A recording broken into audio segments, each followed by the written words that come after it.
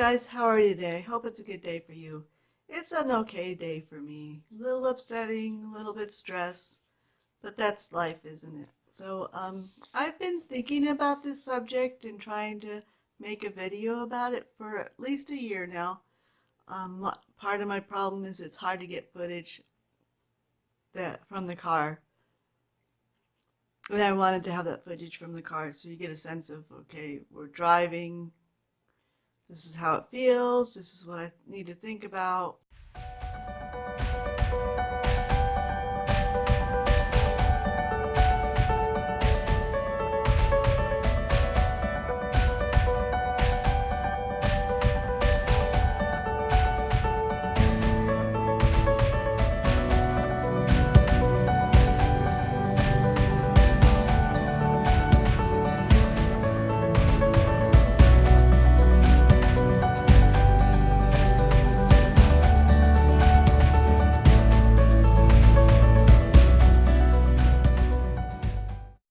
Love a good road trip. I love to get in the car and just drive and see the sights, see the landscapes outside, see the cityscapes.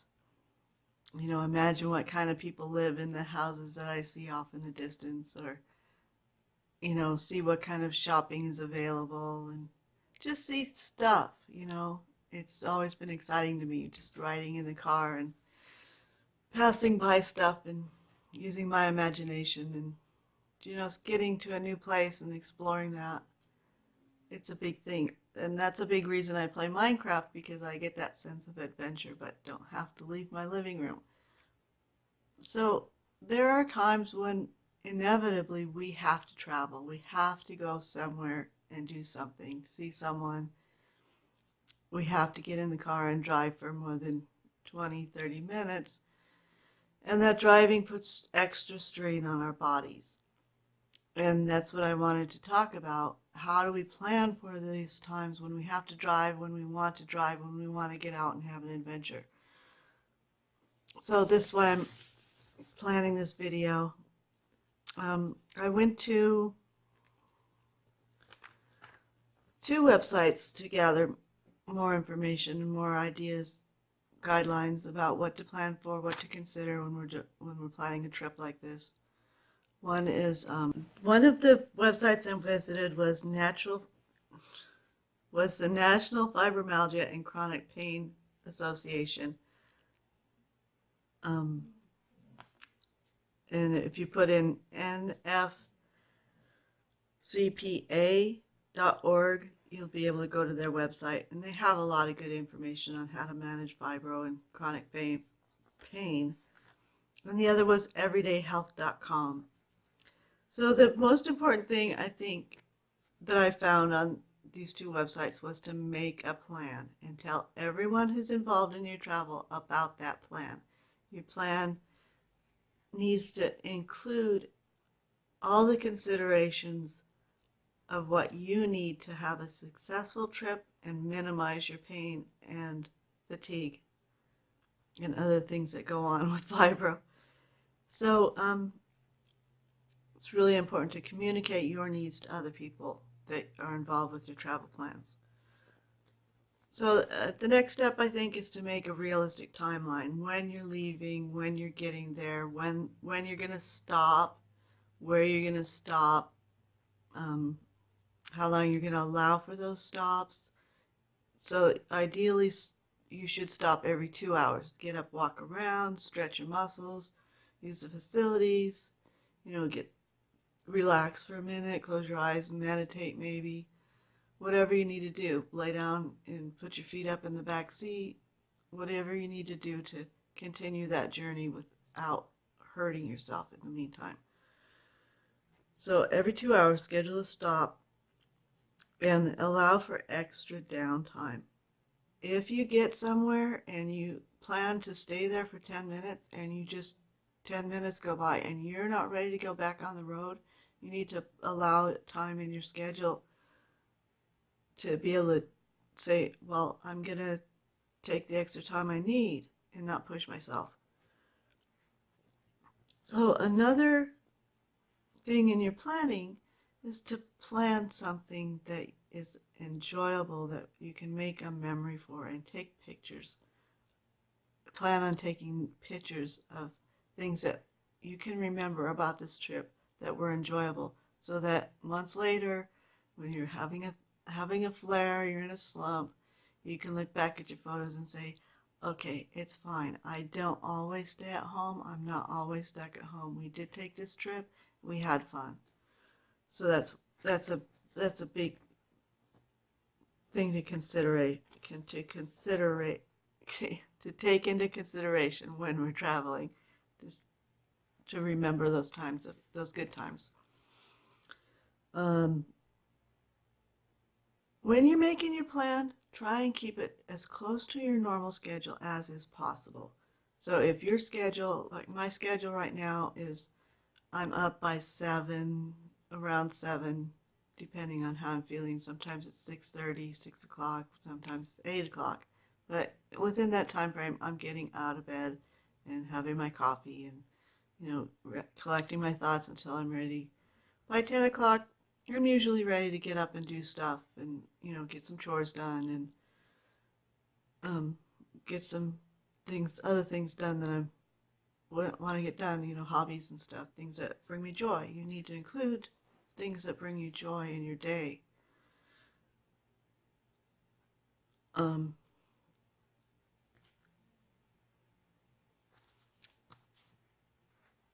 I think I got a little mixed up here. So include planning for your regular routine, self-care routine, your exercise routine, how much time you take on yourself, your quiet time that you need. Allow for that. Keep the schedule as close to what you normally do as possible. The next thing is to make a list. List everything that you're going to need for your trip. All your medications, the clothing you need to have. Plan on bringing well-fitting shoes that are comfortable to walk in and to wear all day. If you're like me, I'm not used to wearing shoes all day. And if I do have shoes on most of the day, it hurts my feet no matter what kind of shoes I have on. So you need to consider the temperature when you're considering your shoes, how much you'll be walking around, and all that. And you might need to bring an extra pair of shoes to change into, because that can lessen the fatigue on your feet if you change shoes, if that works for you. There was a time in my life where I had one pair of shoes that I wore every single day. I wore them all day long because that's when my feet felt better. If I tried to switch shoes, then it didn't work. I got more fatigue. But now I do have a couple different pairs of shoes that I change back and forth into, and most of the time I don't wear shoes. Most of the time I'm at home now. So you need to consider pillows that you need to take, extra bedding that you might need, any kind of equipment or things to support your neck while you're driving or your back. You need to consider all that extra equipment that you might need and include that in your list so it's not forgotten, because other people might be willing to help you put these things together and you might need to depend on someone else. So make that list. Include snacks for along the road and plenty of water. Even though you need to stop more often and use the facilities, it's still important to stay hydrated because of blowing and changes in temperature and climate and stuff. You're really drying and you need that extra hydration. When you're considering your luggage, try and keep it as light as possible. Have good wheels. Ask other people to carry it for you if that's possible. Consider wearing a backpack or a fanny pack to keep your necessary items in, so you keep them close to your body. You don't have to worry about them, and it's easier on your body to carry than a purse hanging on your shoulder.